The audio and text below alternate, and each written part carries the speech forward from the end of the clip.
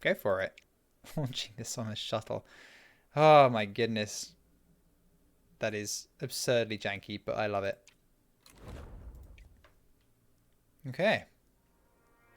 Like, why wouldn't we just do the EVA from the shuttle? Why are we launching a Voskhod in the space shuttle payload bay? It makes no sense, and I love it even more because of that. Modular Space Station 2! Hell yeah. Launch that damn thing. Ah, oh, launching so many shuttle missions, and I love it. It's a shuttle actually, like, fulfilling the purpose of the real-life shuttle. Because it makes way more economical sense than it should. I mean, this should cost us, like, twice as much as an N1 to launch every time we do. But it doesn't. So, who's complaining? Not me.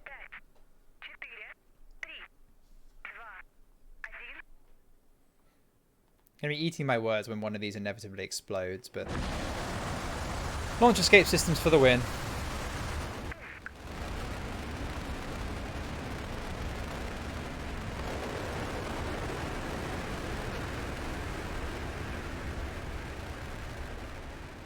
I believe the Baran was actually safer than the US shuttle because it had ejection seats for all of the crew members. Not that an ejection seat would necessarily guarantee your safety if you ejected during launch, but still. Pretty sure it was actually safer. Which is unusual for the Soviet Union. Right, let's achieve Earth orbit, shall we? Maybe we can do this. Especially if we keep getting rolls like that. And our payload reliability is actually also pretty good because we did reliability training. So, actually, yeah. This may well be doable. I might be eating my words. But, no. I think, actually, this might happen. Oh, things are going wrong. But that's fine. Costing an additional... we can accept that, actually. That's fine. We can correct that. Reduced by 1 comms. Or is this that? Ooh, and a bit more navigation. Okay, so what we can do is we can spend a bunch of that because we only need 8.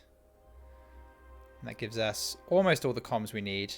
Getting close to the amount of data we need. We need to move 2 more to the right. So let's spend the last 2 bits of navigation we have left over correcting that. And now all we need is a bunch more comms, which just needs power. You know what? I think we're going to do this. And maybe even a turn early. I don't know if I looked at the turn numbers correctly. I probably didn't. No, yeah, I think we're going to do this a turn early. 48, 8. Drifts in the center. Just charge 3 times. Sorted. Hell yeah. That's how we do it. What is that? And that was the whole mission. Wowee. Not too shabby. Guess it's a little bit more complicated putting the core module up there. But launching up subsequent modules, not too difficult. I'm just going to skip through this now because we've seen the space shuttle return plenty of times. It is cool, but it's a long cinematic. And 50% bonus rewards. Thank you very, very much. Awesome. So they're up on the space station for 12 months now. And we finished our neutral buoyancy lab. Now, oh, it's actually quite a small building. We could tuck it in somewhere. So that gives us +3 science reward. Anywhere else where it's worth building? +3 support reward. I really want to find somewhere like tiny that nothing else could use. That'd give us a good bonus.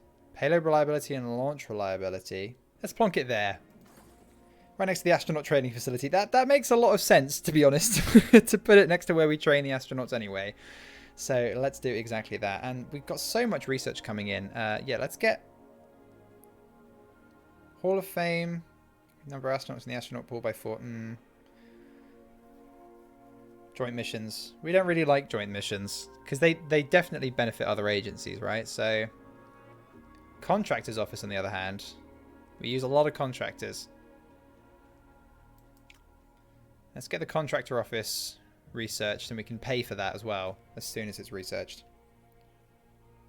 So let's do that. I'm interested as to what the neutral buoyancy lab actually does. Spaceport maneuvering unit complete. March it is. Select date. Confirm setup. Right, I am wondering actually if maybe we shouldn't have been researching the contractor's office and we should have instead gone for this Saturn orbiter and got that launched. Then again, plenty more missions we can be launching. Short-term missions which give a lot of science, which we can launch with a space shuttle. So I know we're launching a lot of space stations, but the amount of science they provide and the amount of support as well, it's really unparalleled. As long as we can launch it with a space shuttle, I'm happy. So yeah, let's do this. Prototype salutes don't end well. Extra crew. Ooh, only a bit of extra build cost. That'll pay for itself, I'm pretty sure, if we can get the bonus objectives this time. So let's do this. Select that payload, so long as it isn't... Yeah, it's publicized, but it's not any more challenging. So let's go for it. Extra crew salute. Let's get the bonus objective this time. God damn it. Black hole study is inconclusive. No science was lost due to the project. Ah, that's a shame. Ah, well. I'm sure we could have got a good reward there. Budget review up to the next funding tier, which is very nice. And Tsiolkovsky is constructed. Alright, Chunguski 2 is ready to go. Confirm and build the vehicle. Awesome! On our way to be the first to orbit Jupiter. We were the first to fly by Jupiter as well. It would be cool if we could do the first Saturn orbit as well. We haven't even done a Saturn flyby yet. We should probably get on that at some point. I could have sworn Japan had a mission flying to Saturn. Did they fail once they got there? I'm certain that they were launching a mission. Maybe I'm mistaken, but moon landing was faked. Oh, God. No, not this lot. A popular new documentary series is claiming it contains sensational evidence that the Soviet Union faked the moon landing.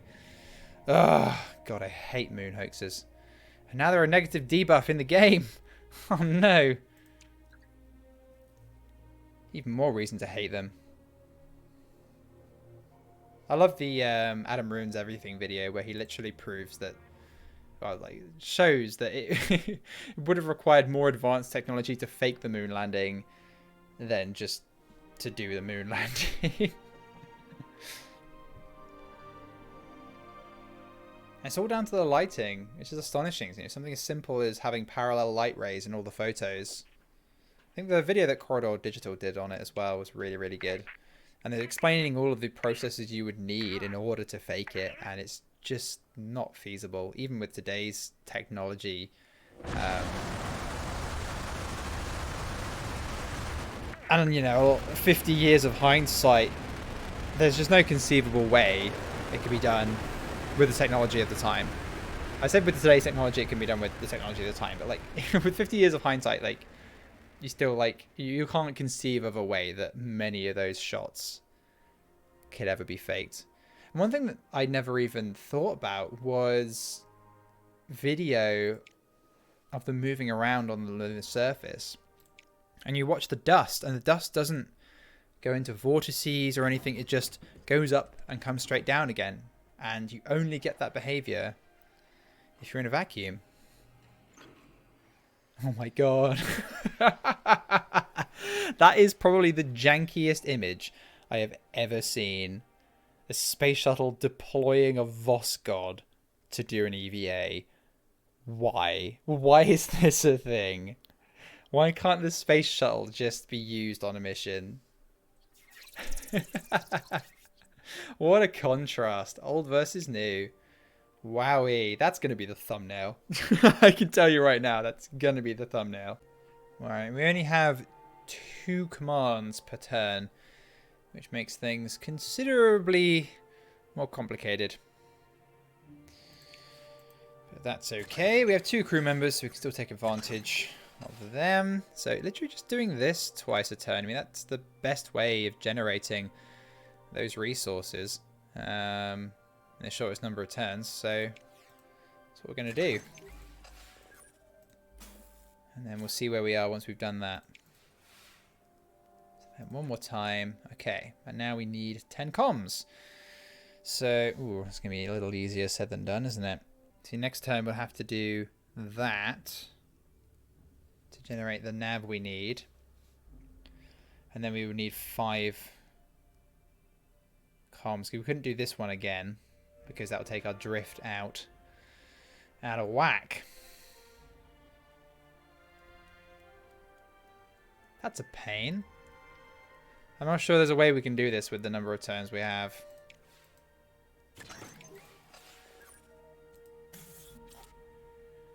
Yeah, especially not. Now we've run out of power. So yeah, that gives us all the nav we need, but see, that would put us out of whack, and also we wouldn't have enough data. So you know what? Yeah, that's a comfortable mission success. I think we would just complete the task there, because we're not going to get the bonus reward for this one, but that's fine. Right, let's conduct our EVAs. And then, I guess, return in the Voskhod, even though there's a perfectly good space shuttle right there. I don't know. This mission is probably the most cursed thing I've done in this game. I've tried to avoid, like, all the cursed stuff I've seen on my Discord where people put, like, the smallest upper stage possible on, like, an N1 and just giggle at how stupid it looks. I've tried to shy away from that and do sensible stuff. Somewhat sensible stuff. Obviously, done some crazy, risky missions. But this, what is this? Why? Why? Just why? I'm not sure there are even enough turns in this one for the bonus objective to even be possible. You need 14. So,